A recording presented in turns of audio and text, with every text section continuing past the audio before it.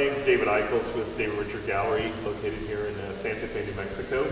And I'd like to welcome you to the current exhibition that we have, and also standing next to me, the artist, Andrew Huffman. And the show is titled Modulated, Color and Structure. We're standing in front of one of the paintings right now, and I think you've already seen why it's titled that way. A lot of color, a lot of structure. So Andrew lives up in Denver. In fact, he just finished a 2-year artist residency at Redline, and which is a very contemporary space up there. And so this is his first show with our gallery. And we met him actually earlier this year when he came down to Santa Fe and introduced himself. So anyway, it's a great body of work, and we want to cover a lot of different things with Andrew today about the work, formally, and sort of the background and the sort of inspiration for the work, and also where he sees this taking him. So we're saying, and one of the things I want to point out is, so like I said, the title is called Modulated, Color Structure. So Modulated is how he refers to this series, and when you go on the website or you look, and you'll see there's a number after each of those, the use of the word modulated. And those numbers refer to the number of color interactions within a painting. So and that's where then sort of the whole color aspect and color theory comes into his work. So this particular painting that we're standing in front of is a classic structure. And I'll let you sort of talk about your inspiration for the structure. It's clearly rooted in a grid, but there's a little bit of a nuance in terms of your interest in this particular type of pattern or structure. Sure. Yeah, so as far as the structure is concerned, it really started with a really simple idea, kind of in a like hypnagogic state right before bed, just thinking about how paint would be woven together. Kind of similar to some of my string pieces, I was just thinking about what paint would seem like suspended in a string-like attribute kind of form. So it was similar, kind of stemmed out of that, but thinking about how paint would look like woven together, even though technically it's not woven together. It's just kind of creating the illusion of being woven together. But so it started with a really simple idea, what the color interactions would look like on this kind of gridded field. And it also was kind of spawned out of a necklace, beaded jewelry that I gave my sister. It was a headdress. And then I was just kind of examining that, the way these native headdress pieces are woven together, the actual structure of the strings. And that's kind of how I got to thinking. It's also sort of a classic lattice, like when you look at like woven, webbing on a chair, or like a lawn chair, or an aluminum chair. Type of weaving on a seat bottom. So it gives it clearly a grid structure, but there's a lot of nuance and changes, like in this particular painting where you're alternating, then inside here you've further sort of broken that structure down. Right. Which from a distance you don't notice it, but up close you do. Right. And so obviously it gives you a way to do some color blending, it seems like. Right. And so that's the other thing I would like you to sort of touch on, and maybe this is a good painting, even though it's a limited palette compared to some of the others, which are more full spectrum. Yeah, sure. But in this particular case, it'd be nice for you to sort of speak about how you approach color. Sure. Because all these are rooted in color, and in terms of your influences, inspiration, how you see color theory working in your work. Sure. Yeah. So the first big larger painting I did in the series was Modulated 36, which was, as David mentioned, a full spectrum painting where there's all kinds of different colors interacting. So maybe naturally I made a painting like this afterwards, because it was like such a crazy painting just to stand there and paint it for 100 hours even. So then I kind of wanted to have a more quiet painting, but I think that was also subconsciously, so I could just be a little more calm with the painting. So all of the colors in this one are a lot more analogous than some of the other paintings. As you can see, there's like a 8-step purplish gray tone. It's kind of like a neutral tone, but it is purple. But then another thing that's happening on the sides that you don't see happening here is there's some colors on the sides of the painting, which you won't be able to get from this view, but it's kind of because the painting was so uniform that I felt like it needed kind of a surprise almost on the sides. And it's also kind of referencing like this pattern just turning into another pattern and just becoming something else. Like this painting could be continued into a whole other spectrum. Like on this side, there's orange bands. I mean, that are completely consistent with the structure or the composition. Right. But on the side, it's colors that are not represented in here, so they're sort of a magenta, a red, and an orange, and I forget what's on that side. Yeah, same colors, just flipped, just the opposite. And for those of you, the next shot, we'll do it from an angle so you can see what we're talking about. We'll talk more about the way these are sort of structured and how you've done that in the next trick of painting. And I think we will then move next to the full spectrum. Sure, yeah. Cool.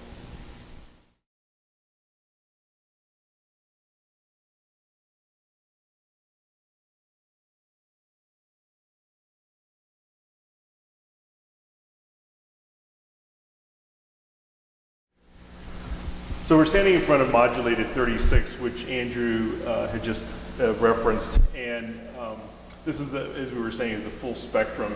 The other thing too is this is I don't know how many, I haven't even looked to see with the scale or how many different gradations of gray, but this is a pure, six actually, but it appears to be more because of the way they're staggered. Okay. Yeah. And in this particular painting, well, actually, all these paintings, the structure is they're painted on canvas, stretched over panel, but they are floated off the wall and they wrap on both sides, all the different constructions. So do you want to talk about sort of why you float them off the wall and also the painting on the sides? And what's your thought on that? Sure. Yeah, so I think a lot of that kind of came out of some of my older work where I would actually make volumetric pieces that came off the wall, sometimes 2 feet, where they would come off in these planes. So it kind of comes out of that too, and then shortly after that series of work, this would have been in 2012, I was floating pieces a lot. I'd say even before that, when I was in undergrad, I was floating pieces. So I think I was interested in the objectiveness of it, like making it feel like an object and a sculpture. So I'm always interested in kind of how these art forms marry together, how it's a painting, but it also could be a sculptural type object. And I do like the shadow that it creates too, the floating. Shadow lines. And another thing about the sides of the painting is the width of the side directly references the 2-inch bars on the front. So the side of the paintings are exactly 2 inches, so it references the actual pattern on front of it. In some paintings, I don't feel like you need to paint the sides. For some paintings I see other painters doing, but for these types of works, I think it does help kind of bring the work full circle, and it does kind of like create this idea of the work continuing, the pattern continuing. Like you could pretend that the pattern goes onto the back of the painting almost. Well, and also the historical reference with Stella and the paintings with the classic paintings with the black and the silver, and then and kind of making that sort of movement from pure painting to almost object-like. Right, So, which some painters are like anti, but. Yeah. Well, there's a lot of historical references in your work. I mean, obviously the use of the grids, the color, color theory. So, in terms of some of your, who would you say are like some of your biggest influences then in your work? Right. I would say like some of my biggest for sure are my family, because I come from a family of artists, but kind of in the other traditional sense, like Gerhard Richter, some of his like color chart paintings, and Josef Albers. I love Josef Albers, homage to the Square series, but all of his designs and interaction of colors, all of his writing. Trying to think of other artists. Well, and then living artists, I mean, I kind of see similarities in some of the approaches, not necessarily, totally compositionally, but Sandy Wormfeld and Bob Swain, Swain from Hunter, which is sort of known for the color and color theory. Those are probably some of the really interesting living color theorists who were sort of diehard systemic painters. And so, have you been familiar with Sandy's work, Sandy Wormfeld? Not as much, honestly. And Robert's a newer painter to me, even though I know he was part of the Crisscross group, but I kind of discovered him through this gallery, actually, his work. Good. But yeah, I really enjoy his paintings a lot. I think what we'll do is move then next to a couple of the other paintings that are a little bit more, have a little more pattern in them. Sure. And sort of break away from the grid. Sure. And then we'll talk about some of the other aspects, part of which you just brought up, which was the crisscross group. Sure. So this painting is called Modulated 62, and it's unique painting in a couple ways. One is it's the largest number. It's Modulated 62, so there's 62 different color combinations and color interactions going on in here. The other thing too is we're standing in front of the full spectrum grid, and as you had pointed out to me the other night, the central portion is actually exactly the same as what was in the painting we were just standing in front of. Right. So, but there's clearly more colors engaged in this painting. I'm looking at this across the hall from us, right, or across the gallery from us. So there's a couple things happening here. One is you've got these new angular structures. Right. And so, and another influence too that you've mentioned, and because I know you've worked with Clark Rickert and right, other people who's located in Denver, right, was a founding member of Crisscross. So you have this interest and proclivity towards pattern. Right. And so there's clearly a lot of pattern happening in this painting in a lot of different ways. So I think this is a great painting to talk about a number of those things. So one is, let's go ahead and talk about sort of the hard edge going on in here, because it is evocative of some other artists as well. And I'm just curious, I've been meaning to ask you if you even are aware of them or their work. But the other thing is to start talking about this painting, because it's more complex. It's very different than the others in terms of compositionally, how you laid it out. There's layers of things going on. Right. So go ahead and kind of take us through this one. Sure. So similar to some of the paintings, like the purple one we were standing in front of, where you couldn't see the sides that were painted different colors as the colors represented on the front. I thought that just anytime I'm creating a body of work, I'm thinking about it as a series, as a whole. And so I knew I was already working with these perpendicular grids. And I had a previous painting that was a smaller one that's also included in the show that was kind of like a sketch, so to speak, for this painting. But I also kind of want to add in some diagonal lines into this perpendicular stuff happening. And this is a pattern that I've been working with for probably a few years. It's a net pattern, this kind of star pattern. So it kind of references some of the gridded patterns too in similar ways. It's kind of a similar structure. It's actually a net pattern, and this is kind of, could be a net pattern too. But another thing about this painting is a lot of these colors and a lot of the other colors reference a lot of the colors in the other paintings. So there's all these, as David mentioned, this center part of the painting is exactly the center of Modulated 36, which we looked at previously. But another thing that's happening is like the star pattern in this, all of the colors in this are referenced in a lot of the other paintings that are happening. So there's a lot of that like self-referencing happening once you move through, and you kind of, your brain is kind of connecting these dots to the other paintings. This pinwheel structure, though, is really interesting. Are you familiar with Carl Benjamin? I am recently, actually. He teaches in, or he taught in California, right? Yeah, Claremont. Yeah. And, but yeah, he loved this sort of pinwheel work in the 60s, and he did it in various different sort of ways as well. And it really added, a really dynamic movement in his paintings. And the same in yours, because there's this rotational aspect that's going. I think in the one that doesn't have many of the horizontal vertical lines in the background, like in this one, it actually does have a lot more rotational sort of activity about it when you're looking at it. So it's kind of interesting. But he too loved these really sort of eye-popping color combinations. Right. And so it really, these sort of pinwheels really seem to trigger a lot of that. The other thing I was noticing though is, why did you decide to do verticals? Well, so it's hard to pin down exactly why, but something that I think is happening too with a lot of the grays and stuff is, in a weird way, a lot of these work references landscape painting and like atmospheric perspective, I think, a lot with the grays. So there's something happening, and I'm not as excited sometimes about strict landscape paintings, even though I do like landscape paintings, really good ones. But I think there's a little bit of that happening, this referencing of space with the grays. And as far as why the back was broken up into these verticals and horizontals, I think it's partly due to the fact that the patterns are already busy enough.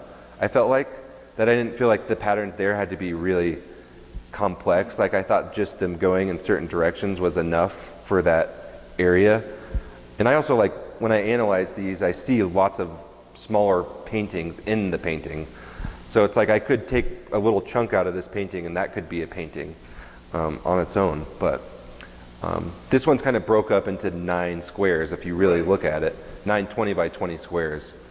Well, you do have a patterning sort of influence, it seems like, and you do this, so what you sort of spoke of was a little bit of almost like a fractal quality where the same element is repeated on different scales within the painting. Right. So, which is a sort of a hallmark of a lot of the patterning work, particularly that was done by Crisscross, and so that was kind of interesting. So, but do you set out purposely to do any sort of patterning when you, or do you let it just sort of unfold as it happens, as you're working? Yeah.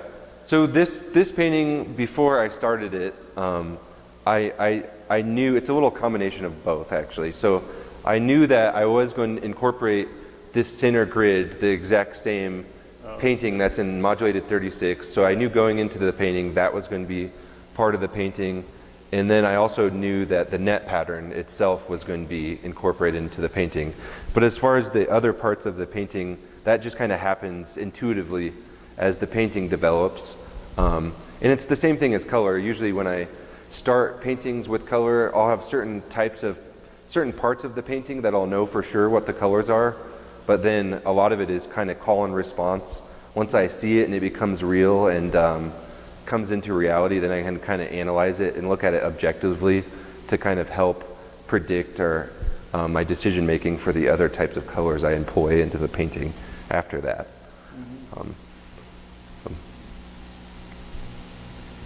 So we're moving to, there are 9 paintings in this exhibition, so we just were standing in front of 3 of the 4 large paintings, which are all measured 60 by 60 inches square.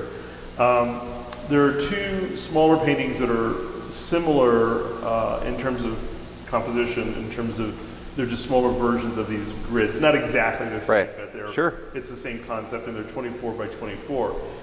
There are 3 paintings in this exhibition, and we're standing in front of one of the 3 that's 30 by 30, but also distinctly different in terms of their composition. You said these were the last 3 paintings that you painted for the show. I really love the way that they operate, because they kind of bring in those diagonal elements, but broken up, and but also the uniformity of thickness, and just a lot of the things happening in there are a little bit more reductive, a little simpler, but yet there are complex patterns, within them, and we'll see that there's literally patterns emerging in some of the others, all by the use of color and just the simple shape of this, how you just diamond, sort of diamond, or like a rhombus maybe. Or so why don't you kind of talk about what's happening here, because they're really. I love them. I think this little grouping is terrific, and they're sort of great together. So these 3 paintings that we're talking about, these are all based on a 16 square grid. So if you actually broke all this painting down, there's 16 squares in each painting, and this was kind of stimulated from a game I serendipitously found at the thrift store. And what it was like these little cubes, this Russian game where you could make different Russian geometric designs. But then it would stimulate, it's like, for instance, it'd be like a swan or something, and then you try to make the swan. But I wasn't trying to make the things involved in the game. I was just using it to stimulate geometric designs. So all of these drawings, so to speak, were stimulated just from those designs, and they were very diachromatic. So it was just red and white to get the designs, but then I knew I was going to employ colors on top of that, so it wouldn't be diachromatic any longer. But that's how the drawing started on this. So most of them I'll actually do drawings for them pre the painting stages, but this one, in this case, the drawing was done with these cubes, and then I just took a picture of it, and that was my drawing that I used to base the paintings on. And again, as you brought up the diagonals, I wanted to kind of investigate more of these diagonal type nature of these lines, because a lot of these other pieces are very perpendicular in nature. Right. So I was kind of trying to investigate these other types of movements happening, and they correspond with the sides as well. Yeah, and we'll see they're quite different. This one has probably the least amount of repetition of any sort of pattern or obvious pattern, and clearly has sort of a movement and motion going in that direction. Right. So you mentioned drawings and sketches for the paintings. Do you sketch like even like the one Modulated 36, which is really complex? Do you lay all of them out pretty much and plan all the colors ahead of time? And yeah, so no, not with the colors, but I do draw the whole structure out. Oh, okay. So before I started Modulated 36, I knew exactly what kind of structure I was going to be investigating, employing colors onto, but I didn't know exactly how the colors were going to be working. But usually, you know, once I start the drawing and I have it, it's just a white canvas with graphite, then I do start to think about how I'm going to start laying colors on there. So for Modulated 36, for instance, I knew I was going to utilize this band of blues, this procession of blue gradients. Right. So I knew that those were going to be verticals, kind of, you know, again, it's kind of similar, like referencing landscape a little bit, and sky. But also, you know, I didn't want it to be such a literal reference to landscape or anything, but I think naturally you kind of can pull those things from the paintings. Well, I think the small one over there, definitely when you said that, it has sort of a seascapey, landscapey sort of feel to it. For sure, yeah. Because it's mostly neutral elements. You know, for some reason it reads much more horizontal to me. Yep. And I don't know if it's because those Greens. particular colors you used are more green, and therefore inherently reference land, you know, or what. Yeah. But it definitely, to me, is a little bit more of a landscape reference than the other paintings. Yeah. So we're standing in front of the second of the three of these 30 by 30 inch paintings that we were just talking about. And this one, particularly wanted to kind of go to this one next because two things. One, it's a much more structured pattern. Right. And as opposed to the one we were just standing in front of, which seemed a little bit more loose and spontaneous. Right. But also very orange. Yep. And one of the things when you look at this, when you're standing in this exhibition space and you're looking at the paintings, two colors or palettes sort of emerge. Clearly orange. I'd say half the paintings or more have a very preponderance of or significant amount of orange. And then there's blue-green. Right. And you've already commented, or maybe you were telling us before, that you like blue-green. Right. But I've never asked you about orange. Right. So, yeah. Is there something significant about orange? But also this purely systematic sort of structure. It's very beautiful, and it's very dynamic and a very bold painting. But it's definitely reads very differently than the other two. Right. Yeah, and for this one, I think, too, I was going for a simpler kind of pattern that was very directional. So when you look at it, it is a very strong directional force to the left to right. Typically, we read from left to right. So I always keep that in mind, too, when I'm working the pieces. But this one, too, the colors reference a lot of the other paintings that are happening. So that's happening in a lot of the other paintings, these exact colors. So I'm kind of honing in to just those colors to investigate their relationship to grays, to equal part grays, and how that kind of simultaneous contrast works with the painting. So some of them are more full spectrum, or, you know, that's part of the reason why I was investigating a little. Well, the other thing too is this inversion here. I mean, because it's not like this pattern is each row and just cut off. These are completely different. Right.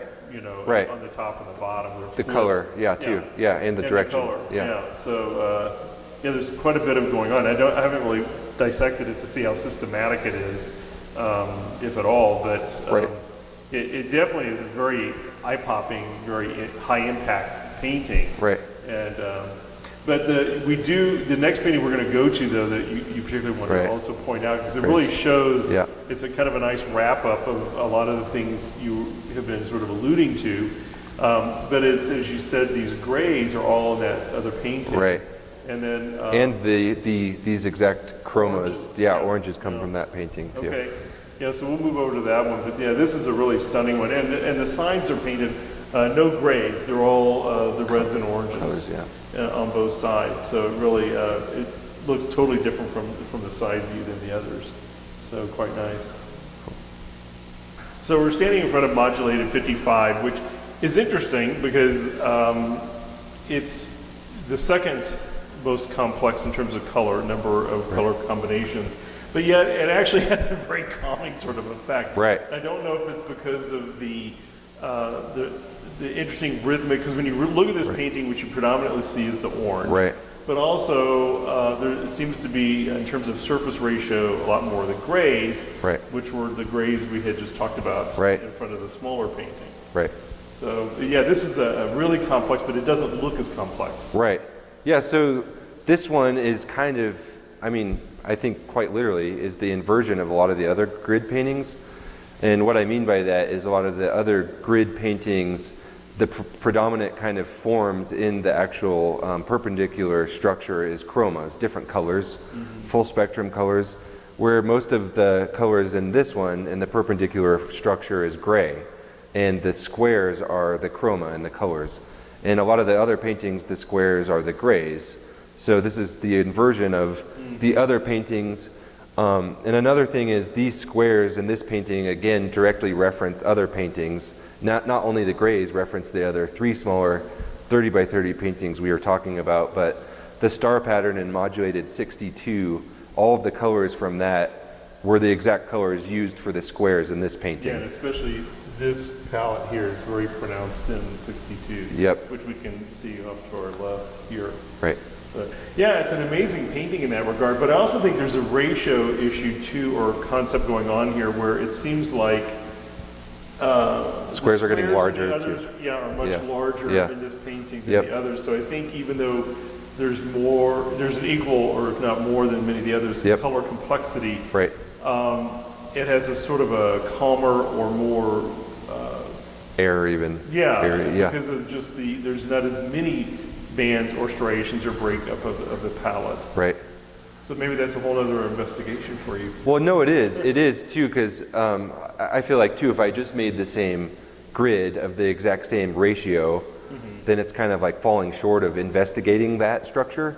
So I think a lot of these are investigating the grid structure, seeing kind of where it can go, probing it, so to speak.